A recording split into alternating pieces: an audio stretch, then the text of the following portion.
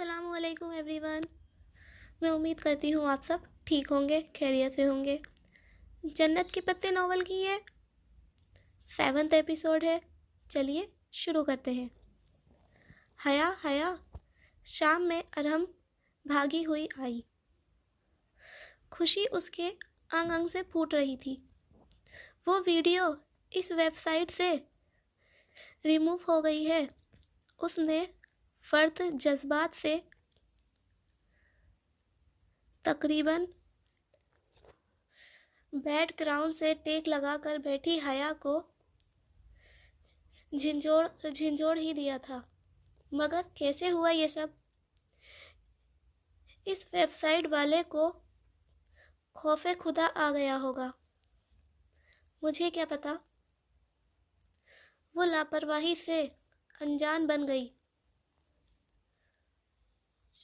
ہو شاید، مگر اچھا ہی ہوا. اور ہاں، تمہاری ترکی کی فلائٹ کب ہے؟ پتہ نہیں. پہلے پاسپورٹ تو ملے، پھر ہی ویزا ملے گا. اس کو ارحم کی موجودگی سے کوفت ہونے لگی تھی. کچھ اس کے تاثرات سے واضح ہو رہا تھا. اس لیے ارحم جلدی ہی اٹھ کر چلی گئی. وہ پھر سے سوچوں میں گم ہو گئی.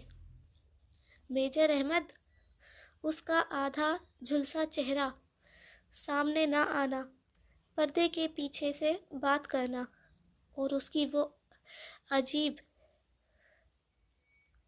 فلسفیانہ باتیں. جنت کا تذکرہ، باز پرست کرنا، اور پھر مجھ سے شادی کا سوال. او میرے خدایا، کیسا عجیب آدمی تھا وہ. اور اس کی ایک بات جس کے بارے میں وہ اس وقت شدید طیش میں ہونے کے بعد سوال نہیں کر سکتی تھی. اس کی پھپھو کا خاندان جو ذلت اور شرمندگی کے مارے اب شاید ادھر کا رخ کبھی نہیں کرے گا. آخر کار کارنامہ بھی تو بہت شرمناک انجام دیا ہے. کیوں کہی تھی اس نے یہ بات؟ کیسی ذلت و شرمندگی، کیسا شرمناک کارنامہ؟ پھپھو کا خاندان واقعتاً پلٹ کر نہیں آیا تھا تو کیا اس کی وجہ ان کی اپنے ملک اور خاندان سے بیزاری نہیں تھی، جیسا کہ وہ قیاس کرتی تھی، بلکہ کوئی اور تھی؟ کوئی ذلت آمیز کام جو انہوں نے سر انجام دیا تھا. اور انہوں نے کس نے؟ پھپھو، ان کے شوہر، یا جہان سکندر نے؟ کیا گتھی تھی بھلا؟ مگر میجر احمد سے وہ استغفار کر نہیں سکتی تھی. نہ ہی ان کا دوبارہ کوئی فون آیا تھا. پھر اور وہ خطوط، وہ گلدستے، وہ بھی اس نے بھیجے تھے. اسے اس کے سبانجی جانے کا کیسے علم ہوا؟ یقیناً وہ اس کی کال ٹیپ کر رہا تھا جب زارا نے اس کو بتایا تھا، اور وہ اس وقت یقیناً اس کے گھر کے باہر ہی ہوگا.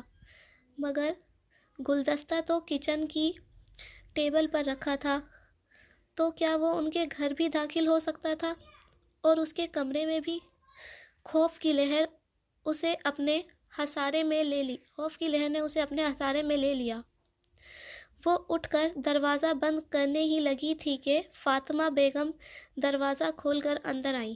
حیا، تمہارے ابا تمہیں بلا رہے ہیں. اوکے، آ رہی ہوں. اس نے تکیے پر رکھا دوپٹہ اٹھا کر گلے میں ڈالا،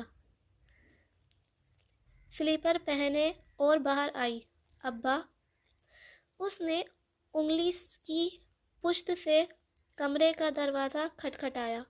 آ جاؤ حیا. اس نے دروازہ کھولا.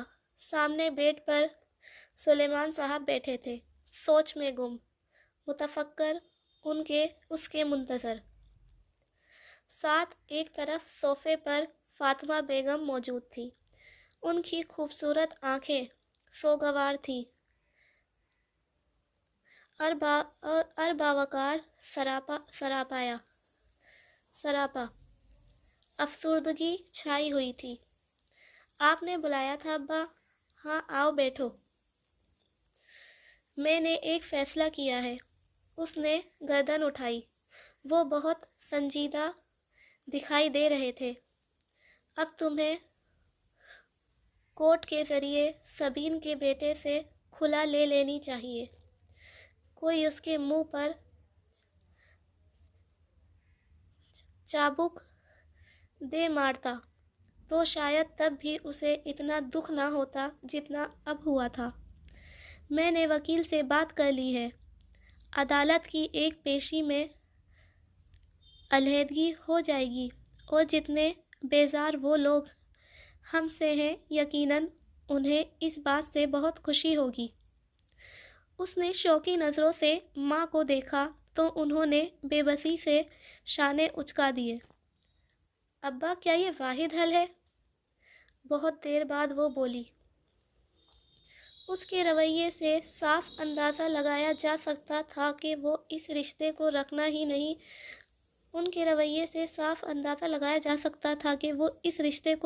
نہیں چاہتے تھے۔ کیا اس کے علاوہ بھی کوئی حل ہے؟ حیات دنیا کا کوئی باپ اپنی بیٹی کا گھر نہیں توڑنا چاہتا، اور میں کبھی تمہیں یہ نہ کہتا، لیکن کس قیمت پر ہم یہ رشتہ نبھانے کی کوشش کریں جب وہ کوئی امید ہی نہیں دلاتے؟ اگر آپ کو واقعی لگتا ہے کہ آپ میرا گھر بسا ہوا دیکھنا چاہتے ہیں تو مجھے ترکی جانے دیں۔ وہاں میں ان کو ضرور ڈھونڈوں گی اور پوچھوں گی کہ اگر وہ گھر بنانا چاہتے ہیں تو ٹھیک ہے، ورنہ مجھے طلاق دے دیں۔ اگر نہیں دیتا تو وہیں کورٹ چلی جاؤں گی، مگر مجھے ایک آخری کوشش تو کر لینے دیں پلیز۔ وہ خاموش ہو گئے، شاید قائل ہو گئے تھے۔ ابا، آپ مجھے 5 ماہ کا وقت دیں۔ اگر اس کے آخر میں بھی آپ کو لگے کہ مجھے کھلا لے لینی چاہیے تو میں آپ کے فیصلے میں آپ کے ساتھ ہوں گی۔ وہ اٹھی اور پھر بنا کچھ کہے کمرے سے نکل گئی۔ وہ خطبی لڑکی اسے کلاس کے باہر ہی مل گئی۔ وہ فائل سنبھالتی باہر جا رہی تھی جب اس نے حیا کو روک لیا۔ سنیں مس سلیمان، وہ جیسے مجبورہ اسے مخاطب کر رہی تھی۔ حیا نے کوفت سے پلٹ کر دیکھا۔ وہاں ختیجہ رانا کھڑی تھی۔ ڈی جے جیسے ڈی جے صرف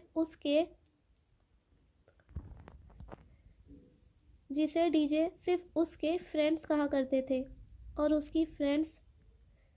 اس کی فرینڈز نہ تھی اور نہ ہی بننا چاہتی تھی۔ جی ختیجہ، با دل نخواستہ اس نے ذرا مروت سے جواب دیا۔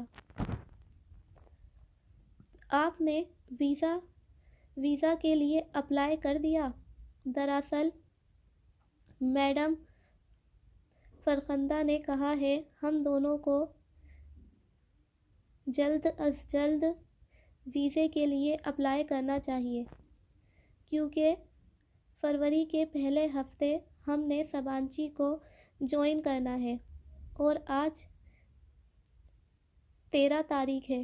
ہمارے پاس بس 15 دن ہیں، اور ترکی کا ویزا 15 دن میں کبھی نہیں لگا کرتا۔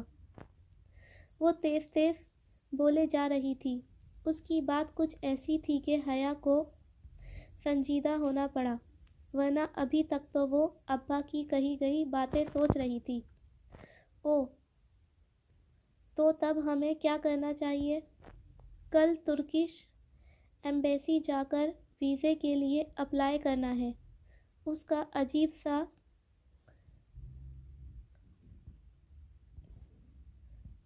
عجیب سا رول ہے کہ ہر روز سب سے پہلے آنے والے 15 امیدواروں کا ہی انٹرویو ہوتا ہے۔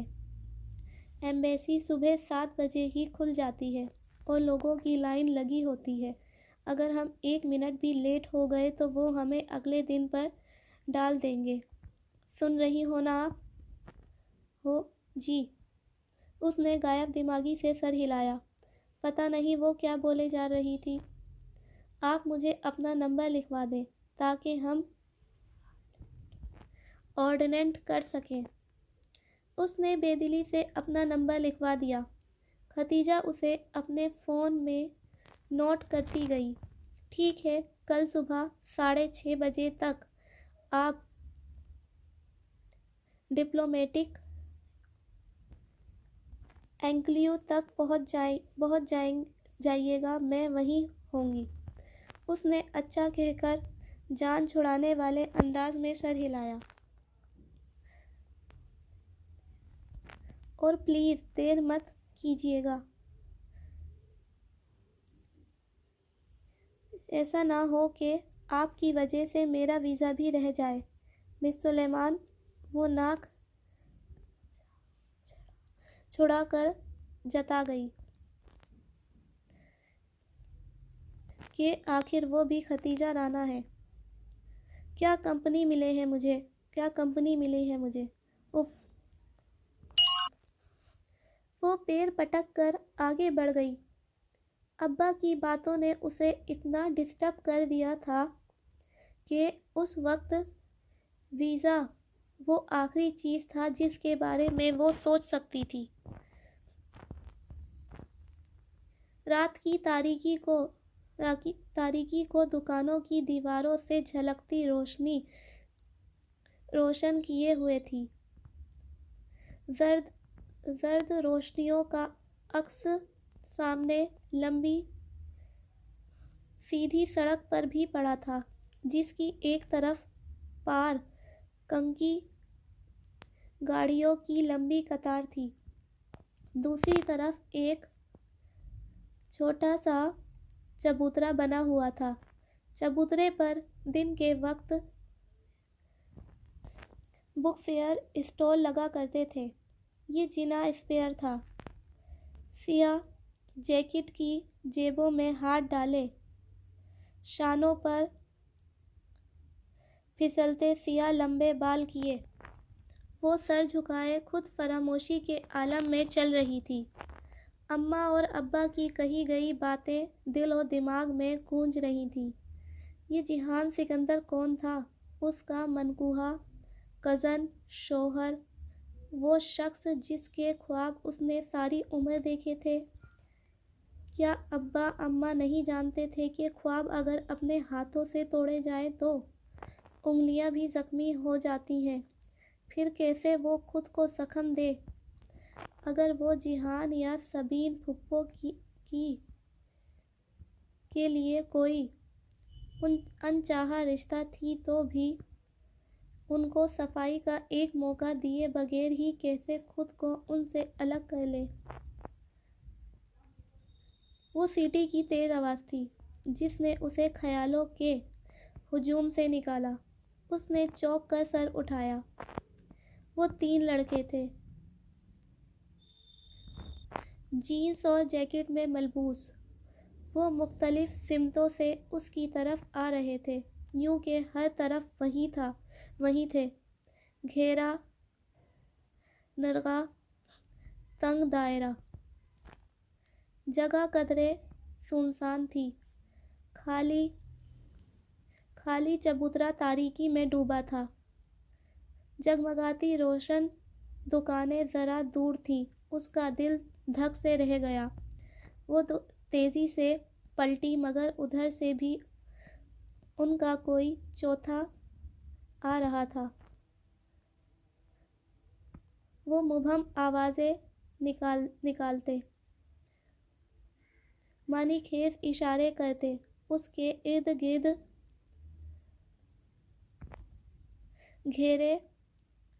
گھیرا تنگ کر رہے تھے۔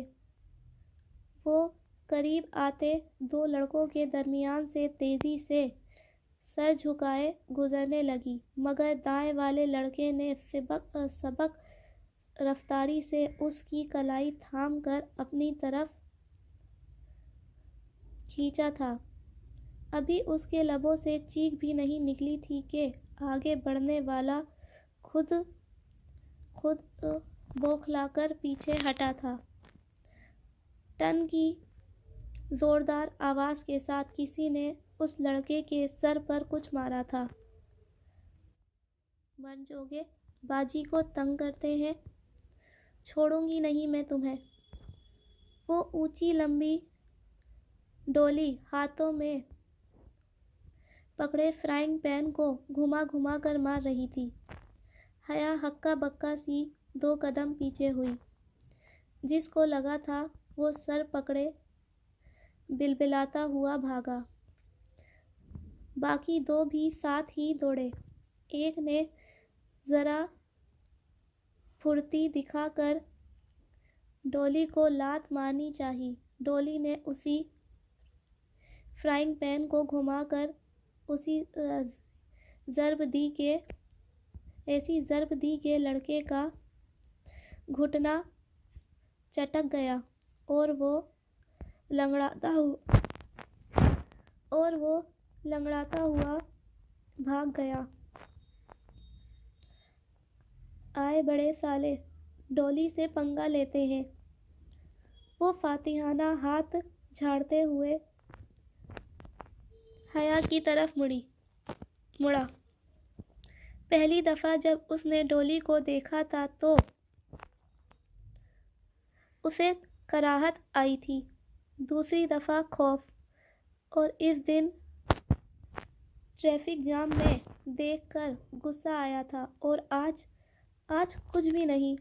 وہ خاموشی سے تیز تیز سانس لیتی اس کو دیکھ رہی تھی۔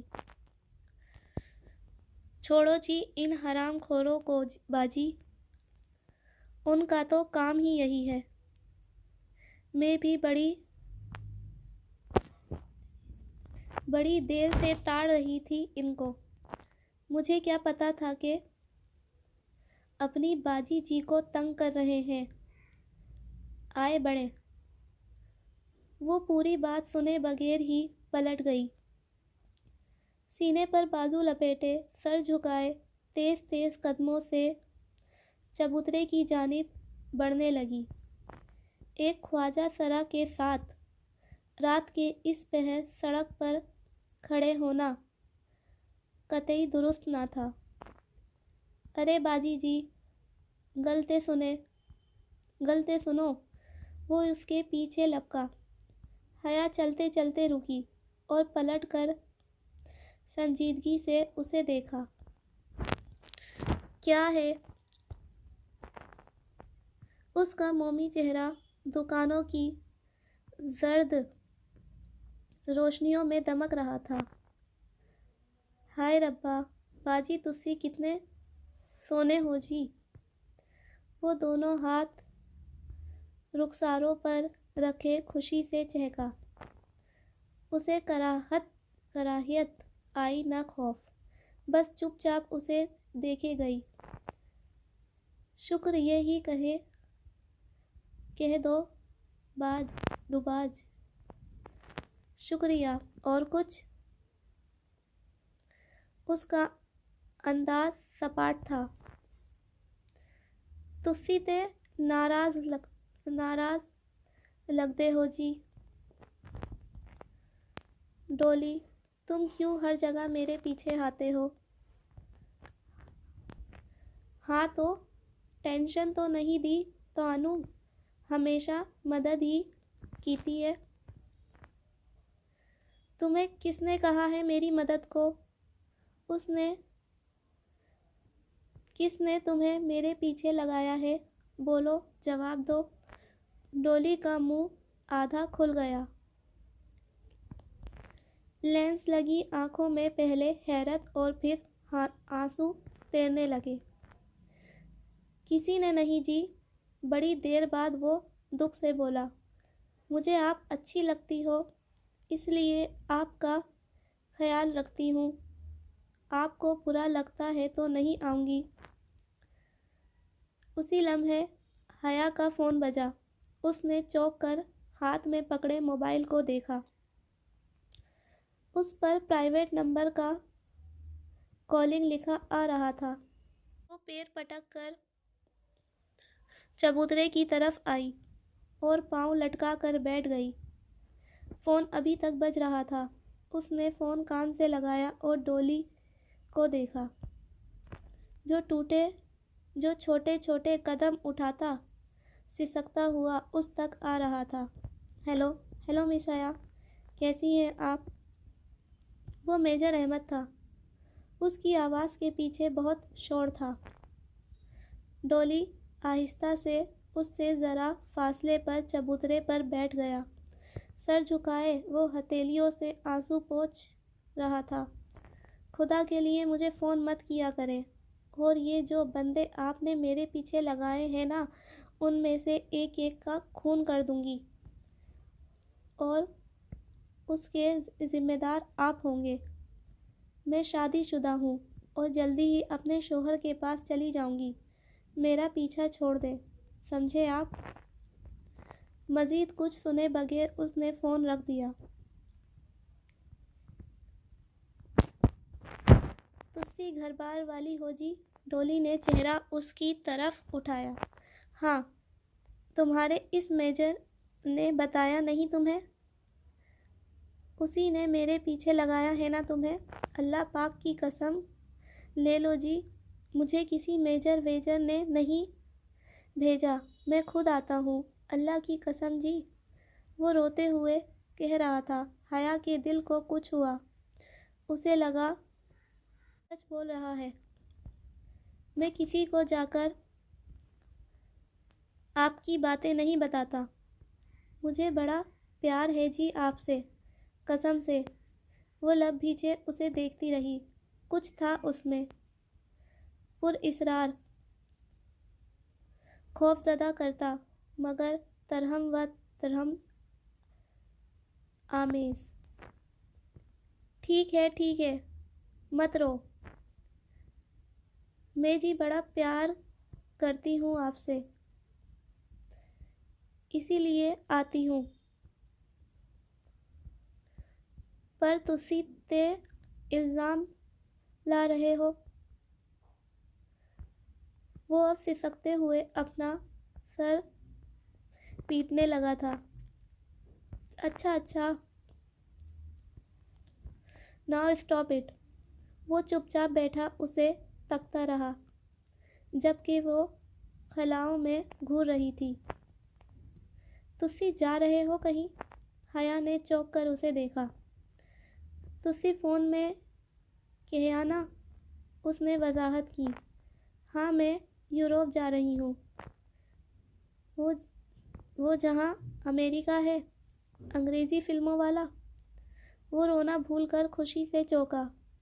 شاید وہ واقعی ایک عام خواجہ سرا تھا، یا پھر کوئی بہت بڑا مکار اداکار۔ ہاں وہی، اس نے تردید کی۔ ادھر کون ہے جی؟ میرا شوہر رہتا ہے وہاں۔ وہ اب سامنے روشن دکانوں کی قطار کو دیکھ رہی تھی۔ کیسا ہے جی تہاڈا شوہر؟ میں نہیں جانتی ڈولی، اگر میں جانتی تو ادھر نہ بیٹھی ہوتی۔ اس کی پلکیں بھیگ گئیں۔ تم دعا کرو ڈولی، وہ مجھے مل جائے۔ وہ آنکھوں کی نمی چھپاتے ہوئے اٹھ کھڑی ہوئی۔ ڈولی نے سر اٹھا کر دیکھا۔ وہ انگلی کی نوک سے آنکھوں کے کنارے صاف کرتی ہوئی سڑک کی طرف جا رہی تھی۔ ڈولی کی آنکھوں میں بے پناہ اداسی اتر آئی تھی۔